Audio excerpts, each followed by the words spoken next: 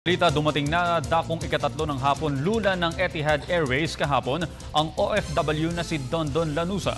Matapos ang maiksing press conference, agad tumulak pauwi si Lanuza kasama ang pamilya at mga kaanak. Para sa detalye, balitaan mo kami, Noel Perfecto.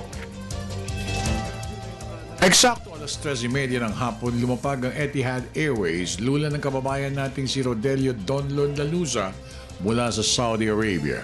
Mabilis ang kanyang pag-alis sa NAIA matapos ang mahigit 2 oras ng debriefing na ginawa ng Foreign Affairs Authorities.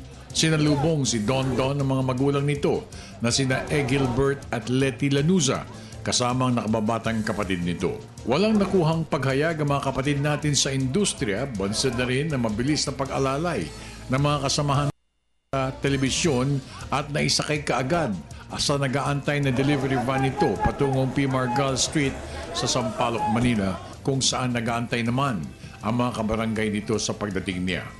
Nagpasalamat rin si Vice President Jejomar Binay sa pamahalaang Saudi Arabia, partikular kay King Abdullah. Sinagot kasi ng hari ng Saudi ang 2.3 milyong pisong halaga ng Saudi Riyal ng blood money ni Lanuza. Matatandaan, taong 2001 nang mahatulan si Lanuza sa kasong pagpatay sa isang Saudi national. Pero giniit naman ni Lanuza na self-defense lamang ang kanyang ginawa matapos umanong tangkain siyang gahasain ng biktima. Binigyan ng pardon si Lanuza matapos na maibigay ang blood money. Para sa Telebisyon ng Bayan, ako naman si Noel Perfect.